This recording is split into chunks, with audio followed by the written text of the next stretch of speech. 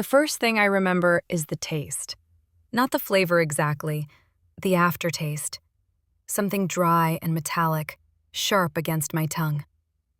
I stood in my husband's childhood kitchen, gripping the porcelain cup as if it were a fragile artifact. I had used that cup dozens of times before, yet today it felt foreign, heavy in my hand. "Are you okay?" his sister asked. Her voice was calm, too calm. Her smile was small and polite, but her eyes, they didn't reach me. Something about the way she looked at me made my stomach twist. "I think so," I replied, though my heart was pounding in a way that made my chest ache. I had eaten, slept, everything should have been fine. At least, that's what I kept telling myself. The coffee smelled strong, slightly burnt, rich, familiar.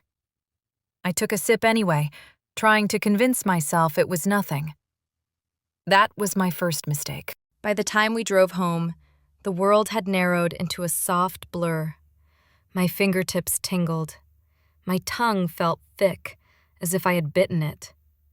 I excused myself from conversation, pretending to tie my shoes, but my vision began to tunnel. Every sound seemed distant, echoing. At home, I collapsed onto the cold bathroom tiles.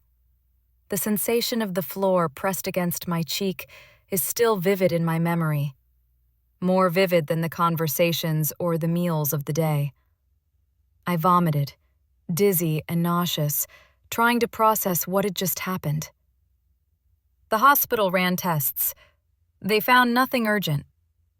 "Stress," one doctor said gently. "Burnout. Anxiety." My husband squeezed my hand.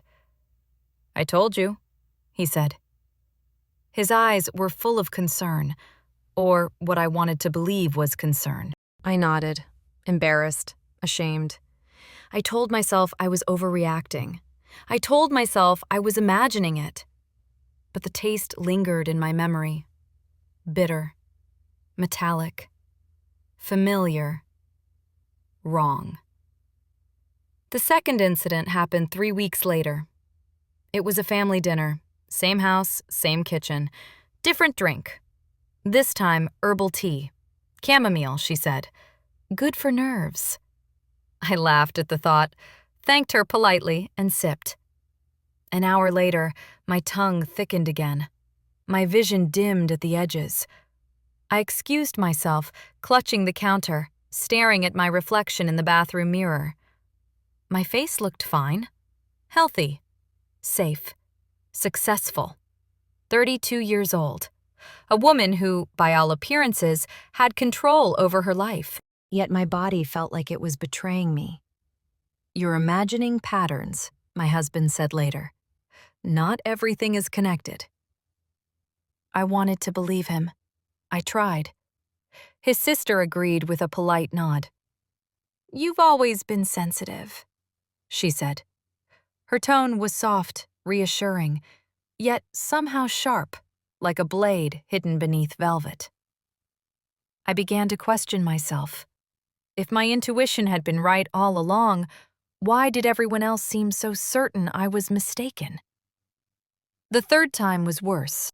I didn't even finish my drink before something recoiled inside me. A warning, a pull, a signal that screamed, "Do not swallow." I set it down, excused myself. But 20 minutes later, nausea crawled back into my stomach. Mild, controlled, precise, like someone had adjusted the dose. That thought lodged itself in my mind and refused to leave. Someone was testing me. That night I opened a notebook. Dates, meals, drinks, observations, notes on symptoms. Who poured the drinks? How long each person lingered in the kitchen. I didn't tell anyone. Not my husband.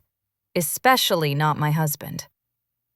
Over the next 2 months, the pattern sharpened. It only happened after family gatherings. Only when I drank something I didn't prepare myself. only in that house.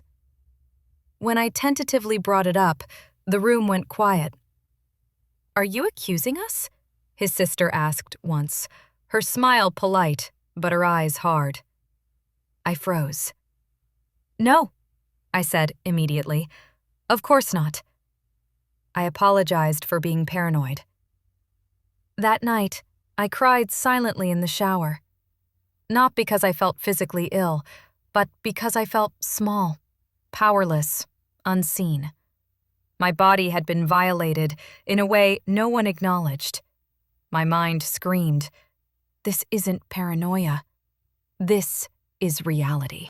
The moment that changed everything happened by accident. I had stayed late after a dinner, pretending to help with cleanup. My husband went to the car. His sister stood at the counter, rinsing cups, her back to me. I watched her hands, steady, confident. She picked up one cup, hesitated, and added something from a small, unmarked container before placing it carefully back on the tray. Her movements were deliberate, precise. There was no tremor, no hesitation, just certainty. I noticed the faint metallic smell again, bitter, sharp, the same I remembered from before. She looked at me, smiled, and said, "Did you need something?" I opened my mouth and then said nothing. Because in that moment, I realized I couldn't trust anyone, and I would have to protect myself. The days after that dinner felt hollow. Every sound seemed sharper. Every shadow lingered too long. Every glance from James or his sister felt loaded, like they knew something I didn't. I began noticing small details I'd once ignored. The way Nina's fingers lingered on the handle of a cup.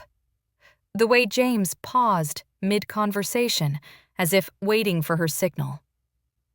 I tried to convince myself it was paranoia. I wanted to. I needed to. But the pattern kept forming.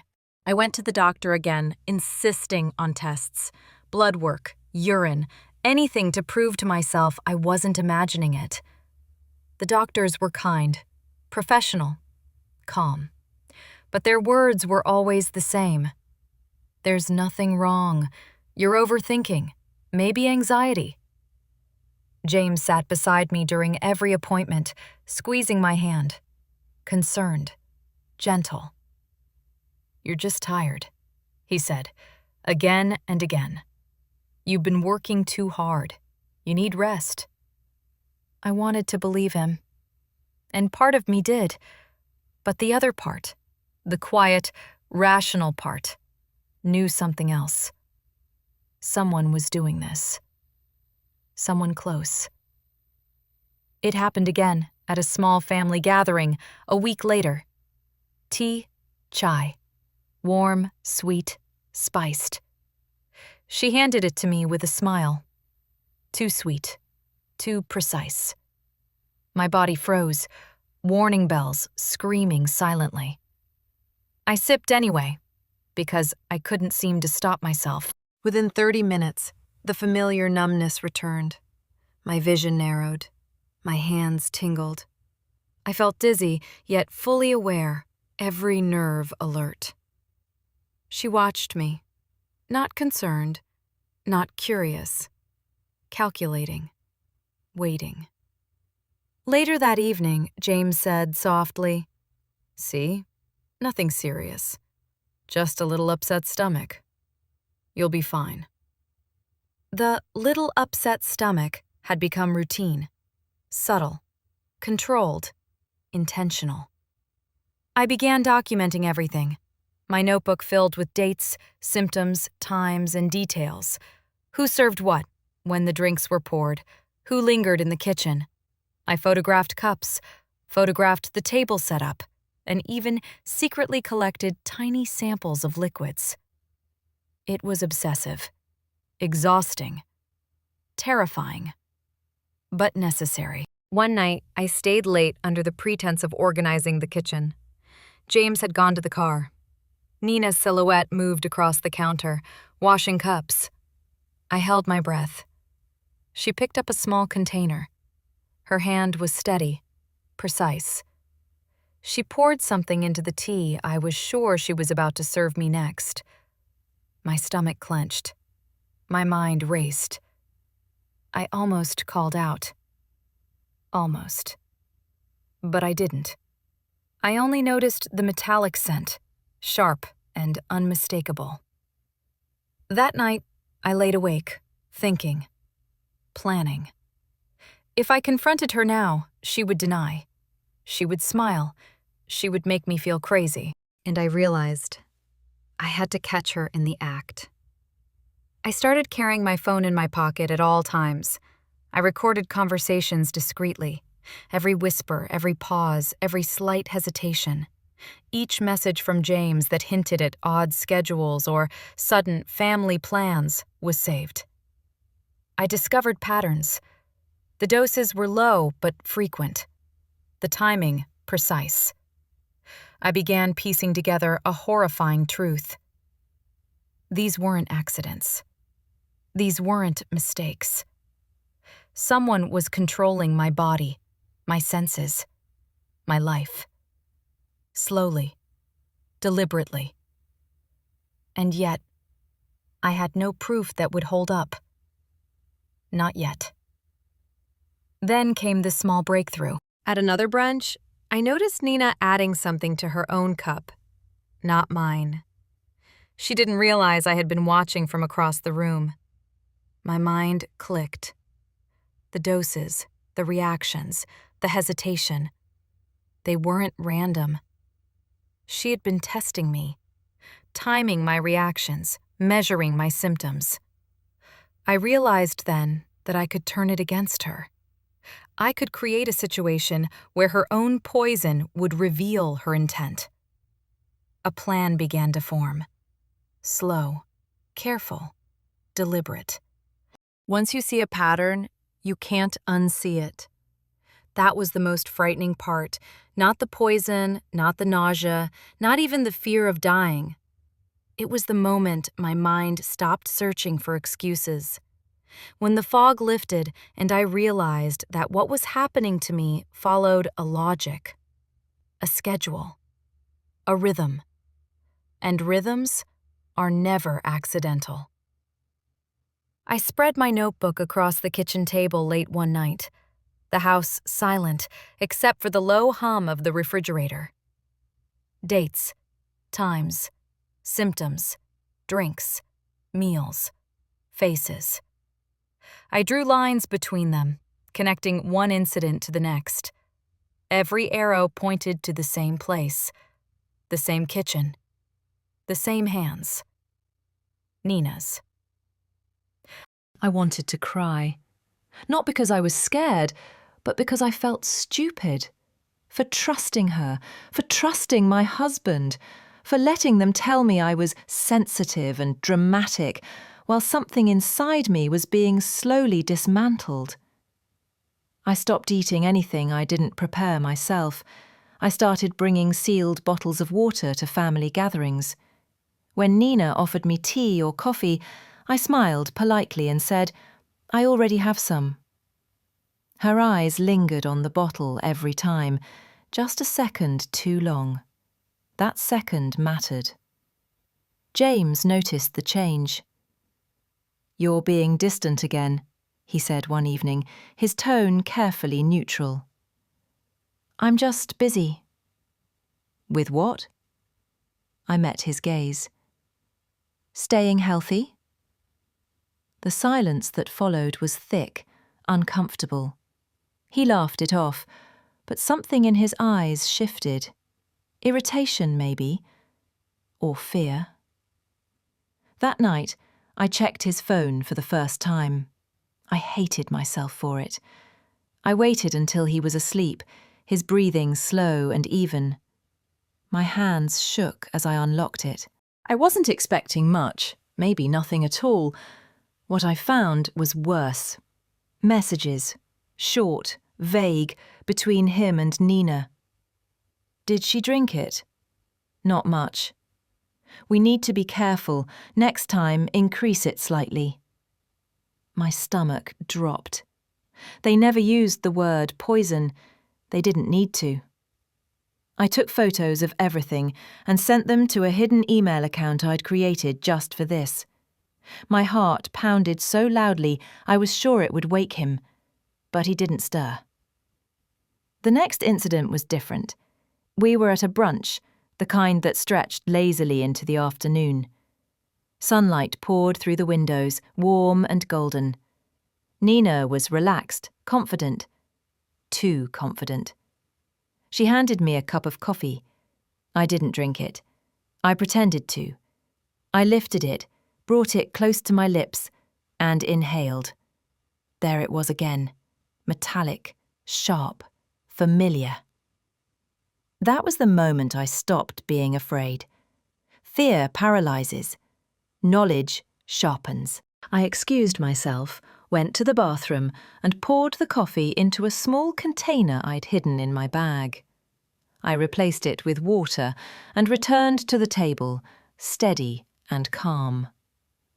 Later, I tested the sample using a home kit I'd ordered quietly weeks before. The result made my hands go cold. Positive. I didn't confront them. I didn't scream. I didn't accuse. Instead, I planned. I researched. Dosages, symptoms, half-lives. How certain substances could be undetectable in small amounts. How increasing them could cause visible reactions. That was when the idea came to me. Slow at first, then crystal clear.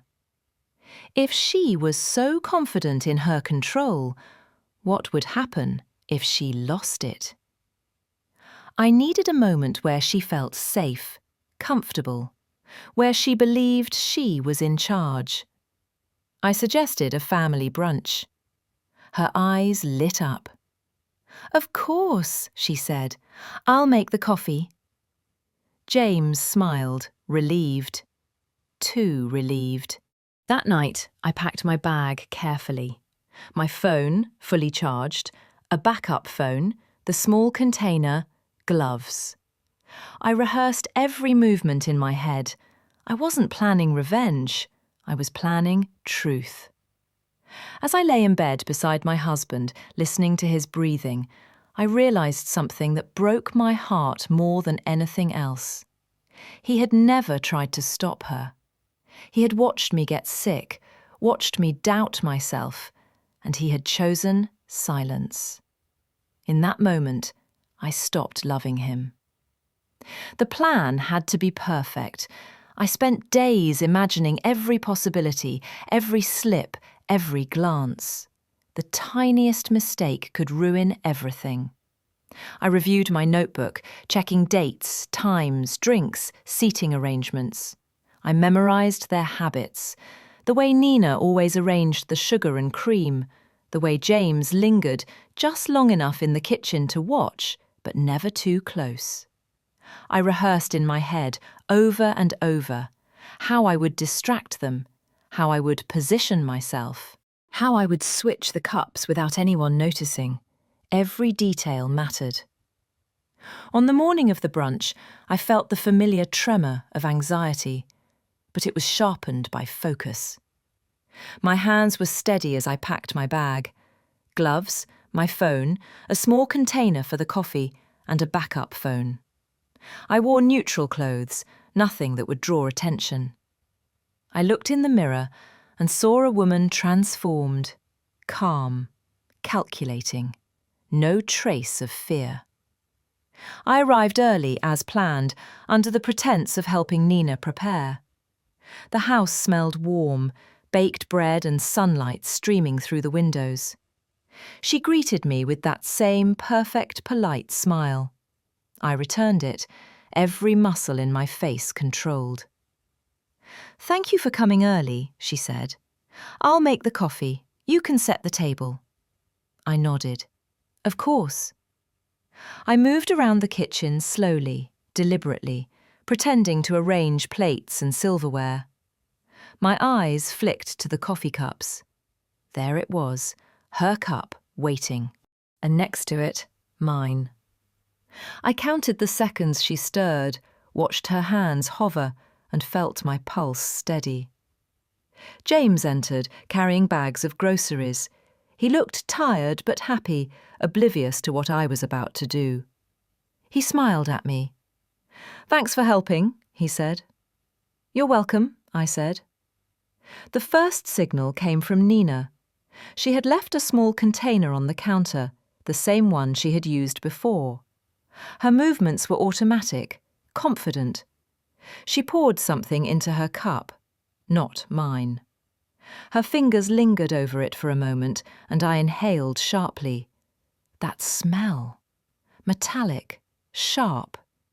The same I had memorized from months of incidents. My heart skipped a beat. She thought she was clever. She thought she was invisible. I moved closer to the table under the guise of arranging utensils. My hand brushed against her coffee cup, and then, when she looked away, I switched it with mine. Every movement slow, deliberate, careful. She had no idea. We sat at the table, sunlight warming our shoulders. Everything appeared normal. Too normal. I observed her closely. Every flicker of expression, every slight shift in posture. James chatted about work, unaware of the tension in the room. I sipped my coffee, clean, safe, untainted. Nina lifted hers, and I waited. The first sign was subtle. Her hand trembled slightly as she raised the cup to her lips. She froze. Her eyes widened, darting to James. Her smile faltered, replaced by confusion. "Something's off," she murmured. Her voice was calm but strained, a thread pulled too tight. I didn't flinch. I just watched. And then the tremors started. Her fingers shook violently around the cup. The metallic scent wafted faintly into the air, almost imperceptible to anyone else. James looked at her, puzzled, alarmed. "Nina, what's happening?" I stayed seated, calm, silent. My heart raced, but my face was neutral. I had never felt such a powerful mixture of fear and control. The months of nausea, doubt, and careful observation had led to this precise moment. As she stumbled, reaching for the edge of the table, I realized how fragile confidence can be. She had been so sure, so careful, so deliberate, and now her own actions betrayed her. James's expression shifted from confusion to horror as he realized that it was her cup, not mine. He moved toward her, hesitant, uncertain, but I didn't interfere. My voice stayed quiet in my mind, reminding me, observe, record, protect myself. She collapsed slightly, shaking violently. I fumbled discreetly for my phone and began recording. Every tremor, every whispered question, every panicked glance between them, it all became evidence. I felt a strange detachment. I wasn't celebrating. I wasn't angry. I was merely watching the truth unfold. Months of suspicion, careful notes, secret recordings, all converged in this single, chaotic, undeniable moment. I stayed silent, letting them reveal themselves. And as I watched, I understood something else. Control is an illusion. Even the cleverest, most careful can slip. And sometimes the truth doesn't need to be forced. It only needs to be revealed. The room felt impossibly still. Sunlight streamed through the windows, warm and golden, but it did nothing to calm the tension. Everyone sat at the table, pretending to chat, pretending everything was normal. My hands rested on the table, steady, hiding the tremor of adrenaline I couldn't suppress. The moment had come. Nina reached for her coffee. Her fingers were confident, almost automatic. But I had already done the switch. My cup, safe and untouched, sat where hers had been moments before. I watched her raise it. The first sip was slow, tentative. Her eyes flicked toward James. Something in her expression faltered. Confusion? Panic? Both? Then it happened. The tremor started in her hands, subtle at first, almost imperceptible, but growing by the second. Her grip on the cup wavered.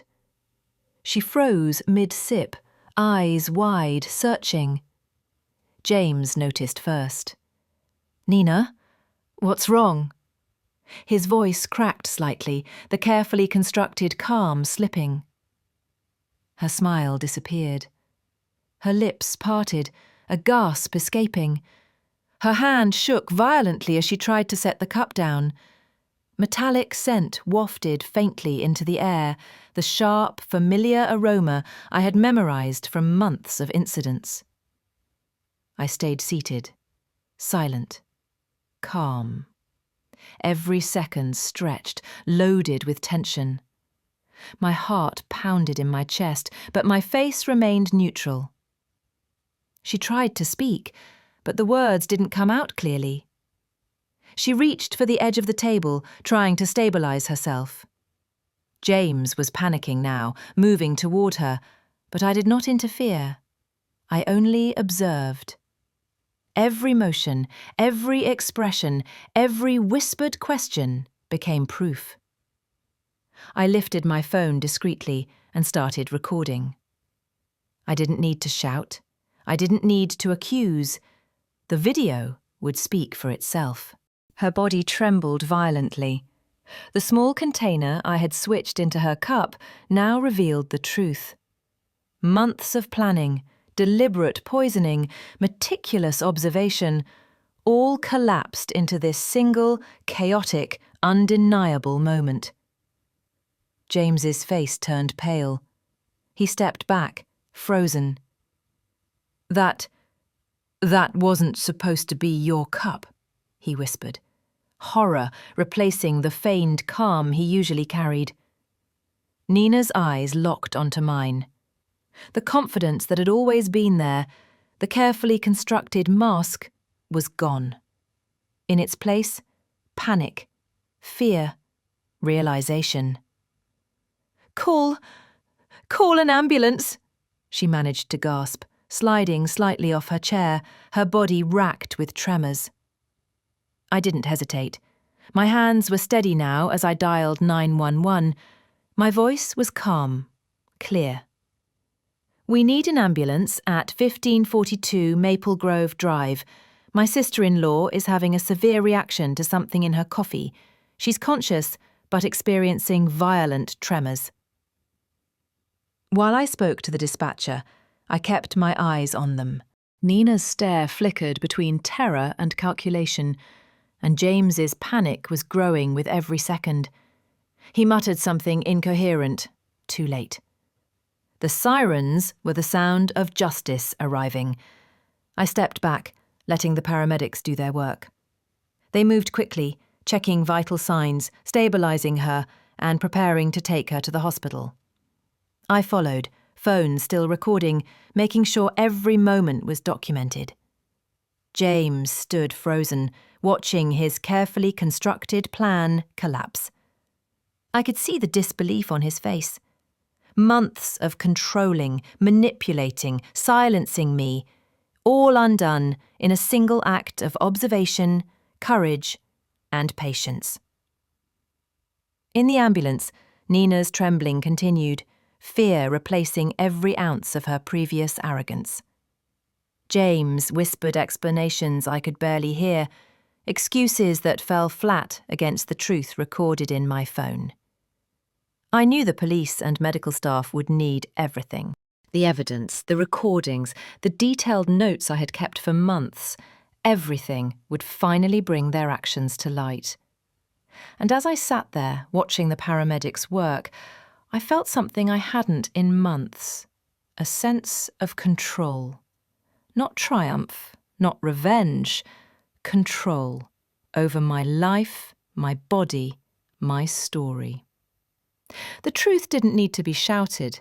It only needed to be revealed. The ambulance had barely pulled away when reality hit me. I was alone in the kitchen, though not really.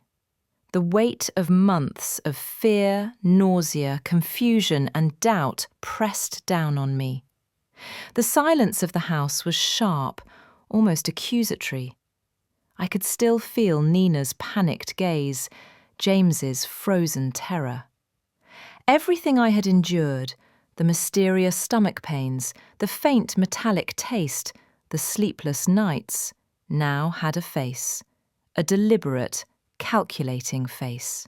When the police arrived, I handed them my phone, the secret recordings, my notebook, photographs, and the container I had used to collect the coffee. Detective Mendoza introduced herself, calm, professional, unshakable.